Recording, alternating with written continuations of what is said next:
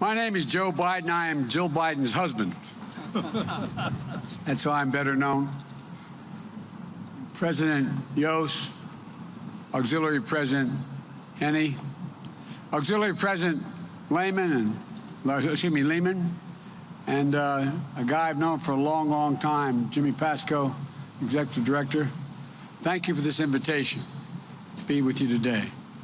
The Secretary of Homeland Security, Mayorkas, thank you for being here and for the great job you're doing for us. Thank you very, very much. And it's a tough job. Most importantly, to the families here today, this is all about you. About you.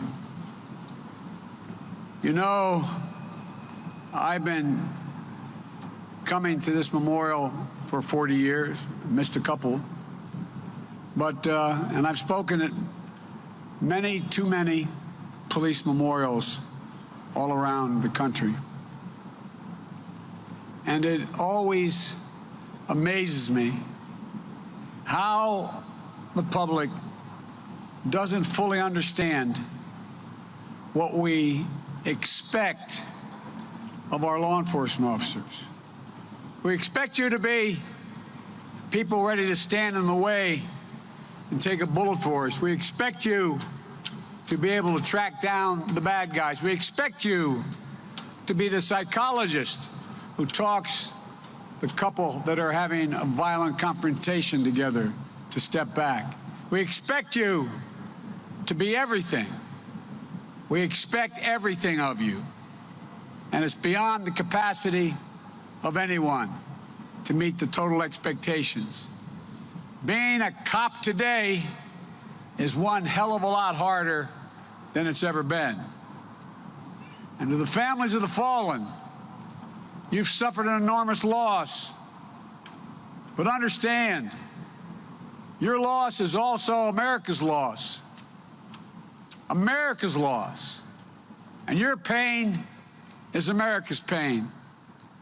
We're waking up to the notion that unless we change the environment in which the job can be done, we're going to have trouble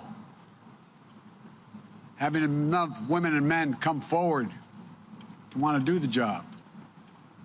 I hope all the families, sons, daughters, husbands, wives, moms, dads, hope you're able to take a measure of comfort and strength from the extended family you have here and all around you. In remembrance and respect of this memorial this day, I ordered our flags to be flown at half-staff. We've met here in front of this United States Capitol many times before to memorialize our fallen heroes. It's particularly appropriate today because here 9 months ago, your brothers and sisters thwarted an unconstitutional and fundamentally un-American attack on our nation's values and our votes. But because of you, democracy survived, but only because of the women and men of the U.S. Capitol Police Force, the Washington, D.C. Metropolitan Police Department, and other law enforcement agencies who once again literally put their bodies on the line to protect our democracy.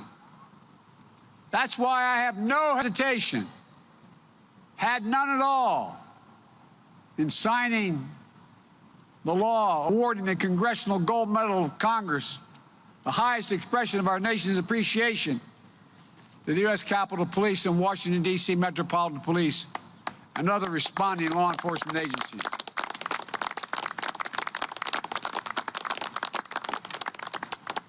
Because of these men and women, we averted a catastrophe. But their heroism came at a cost to you and your families. 150 officers injured, 5 lost in the attack's aftermath. The toll on this profession these past years has been heavy, too heavy. 2020 was the deadliest year for law enforcement on record. And today, we're here to remember nearly 500 of your brothers and sisters, husbands and wives, sons and daughters. 2019 and 2020 We lost so much. I attended this memorial service many times, as I said, to pay my respects. Sometimes I've been the speaker, other times I've sat in the stage and just thought about all of you sitting on the lawn. Although this year, I don't know any of the personally who have fallen, any of the individuals. I've gone through all the names. I feel I know them without having ever met them. You see, I grew up in a neighborhoods in Scranton, Pennsylvania, and Claymont, Delaware, and Bellefonte, where I grew up with the guys and women that we're honoring today. One of my best friends in grade school, Eddie Hill, became the superintendent of Delaware State Police. A great friend and competitor in the other major high school. We played ball against one another. Charlie Daugherty became the head of the chief of the Wilmington Police Force, and so many more. So although I didn't know them personally, I know you. I know you. I always joke that I grew up in places where you either became a cop, a firefighter, or a priest. I wasn't qualified for them, so I had to settle for this. But all kidding aside, over the years, as chairman of the Judiciary Committee, I've got to know you. Even as kids, we could see in the women and men around us who the ones who had the heart. They were the ones who ran in to help you when everyone else was running away. They ran toward cries for help, even when they were in grade school, knowing they'd be able to help a little bit, even if they were outnumbered. And I'm not making this up. Think about it. Think about your son, your daughter, your husband, your wife, who they were, what was inside them. It was about service, to protect, defend. This isn't just what law enforcement does. It's who you are. It's what makes you who you are. And when you put on that shield in the morning and walk out the door each day, every family member dreads the possibility of receiving that phone call. I was talking to Steny about this, just as our son Bo was in Kosovo for about 6 months and in Iraq for a year. He was the chief law enforcement officer for the state of Delaware, the attorney general. And I'd watch every morning, because she left for school before I got on the train, Jill standing there mouthing a prayer while she drank a cup of coffee over the sink, praying for Bo. Well, you do it every day. You did it every day. You know, there's a line from an English poet, John Milton.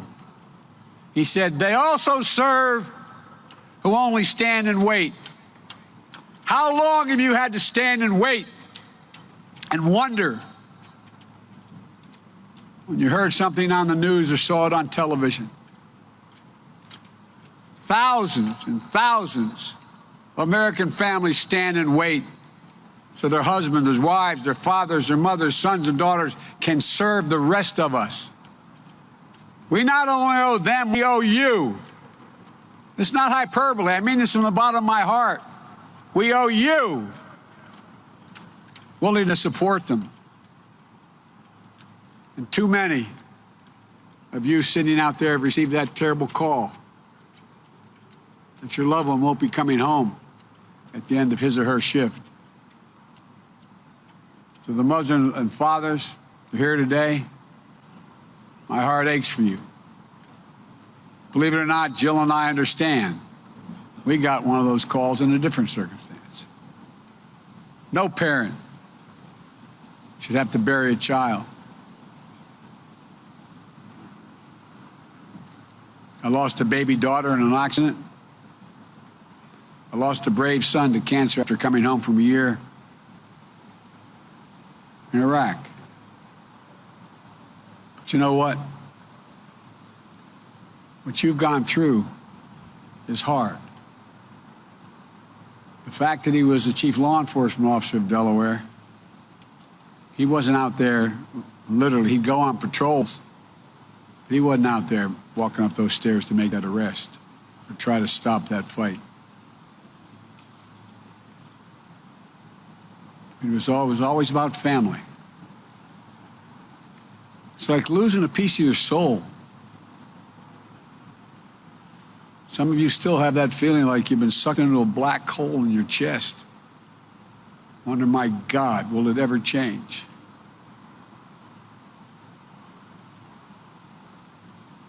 Sergeant McLean from Detroit, decorated for exemplary service during his 16-year career. He turned down promotion so he could continue to work as a mentor to other officers in his district. Every 2 weeks, he'd send his wife flowers at work like clockwork to brighten her day and her office. He was killed responding to a domestic violence call. Officer Tiffany Victoria Enrique from Honolulu. She was one of 2 officers killed while responding to a call, was the first female officer to die in the line of duty in the Honolulu Police Department. Her boyfriend, also an officer, called her, quote, the most hardworking, amazing, fiercest officer I've ever known. My heart is shattered, and she was my love, my rock, my strength. So many.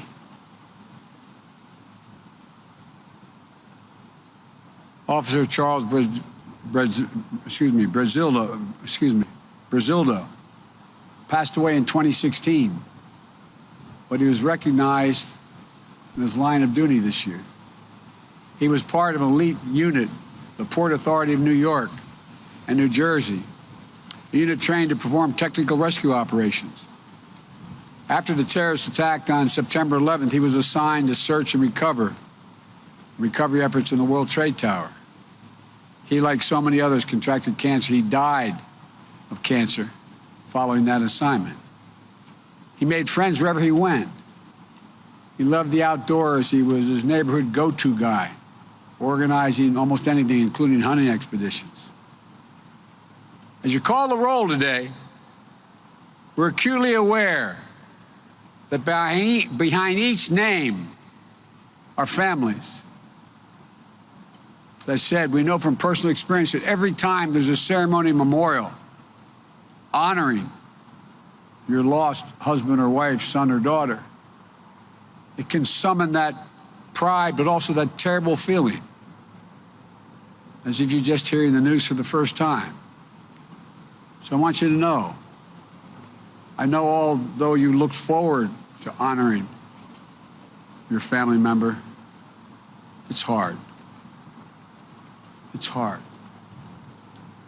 I mean this sincerely. Jill and I admire your courage for just being here. And we hope you take some comfort in the knowledge that the men and women here assembled today, they'll always be with you. Not a joke. They'll always be with you.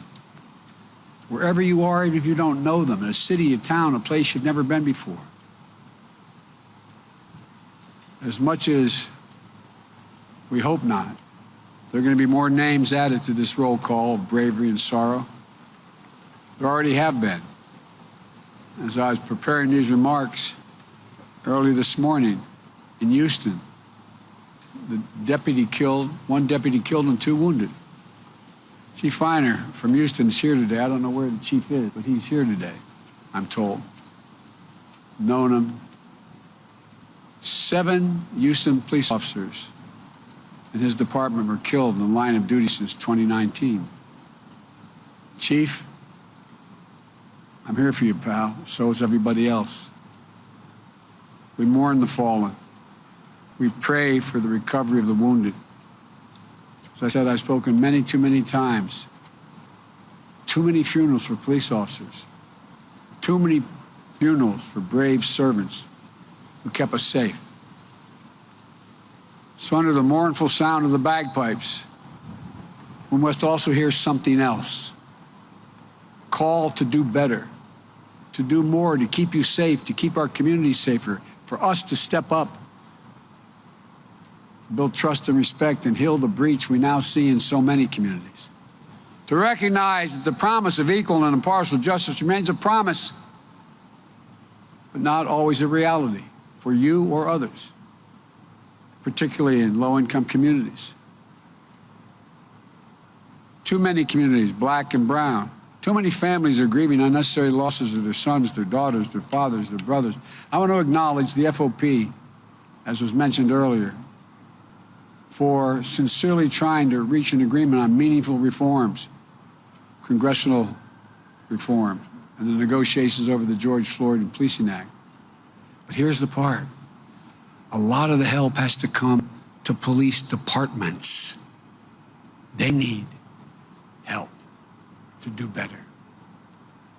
I want to thank you for being a constructive player in this process. We haven't gotten there yet, but we must get there. Look, there's too much pain. There's too much loss. There's too much at stake for the safety and for the safety of those you serve. It's a hard time to be a police officer in America. So I want to make sure you have the tools to be the partners and the protectors your communities need.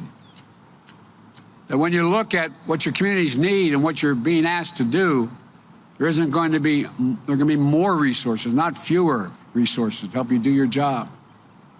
That's why I propose we invest again in community policing. We know works. One thing that protects cops is another cop. And the training you and the community have requested, the community-based programs and interventions that can stop violence before it starts, provide specific guidance explaining that communities can and should use funds from the American Rescue Plan, $350 billion in aid to cities, states, counties, tribes, to hire and retain officers. Many cities from Albuquerque to St. Paul are doing just that. And I propose an additional $300 million in my budget to support community policing across the country. It's hard when you don't know the community. And the most important way to get to know them has more police. We're also investing in community violence intervention programs, which have a proven track record of reducing violence by up to 60% in cities across the nation. At the same time, we have to stop asking law enforcement officers to do every single job under the sun.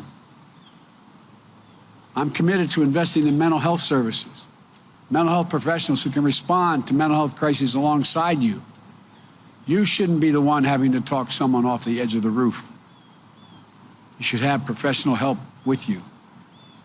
Support our law enforcement officers requires that we invest in systems that provide adequate health care, counseling, drug treatment prevention, housing, education, and other social services in the community so there is not the discord. We need to work together to confront the epidemic of gun violence. Your brothers and sisters have told me over the years sometimes you feel like you're outgunned. Right now, the Justice Department, under the leadership of Attorney General Garland, is working with state and local law enforcement across the country to keep guns out of the hands of dangerous individuals. They now have zero tolerance for gun dealers who willfully violate the law, putting firearms in the hands of people who are a danger to the community and you. I also want to make it easier for states to adopt red flag laws, laws that allow family members or law enforcement to petition a court order to temporarily remove firearms from people who are in crisis, representing a danger to themselves and to others. By the way, more people die of gunshot wounds in America as a consequence of suicide than any other reason.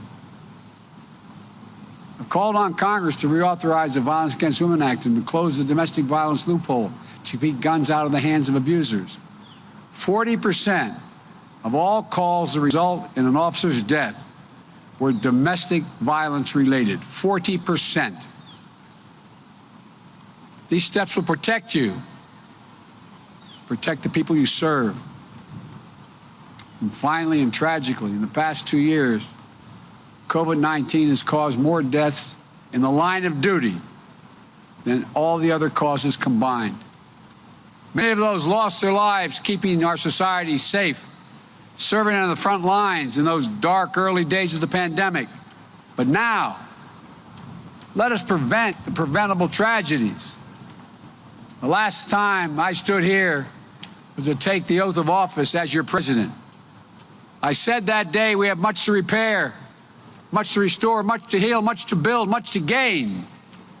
It remains true. I believe with all my heart there's nothing you're unable to do if we equip you, that we can unite this nation and fight our common foes: anger, resentment, hatred, extremism, racism, lawlessness, violence, disease, joblessness, hopelessness. We have never, ever failed in America when we've acted together. So let's act together to support you in the service of the nation we love. In closing, let me say that I know there are no words, no memorials that can fill that void, that black hole in your chest so many of you feel. But I promise you, the day will come when the memory of your loved one will bring a smile to your lips before it brings a tear to your eye. That's when you know you're going to make it. That's when you know. That will happen. But my prayer for you is that that day will come sooner than later. There's a headstone in a cemetery in Ireland that reads, "Death leaves a heartache no one can heal. Love leaves a memory that no one can steal." They're with you. They're in your heart. They're part of you. May the souls of those you love and those with whom you serve rest in peace and rise in glory. In the meantime, you're in our prayers. May God bless you, and may God protect all those who serve us in uniform. Thank you.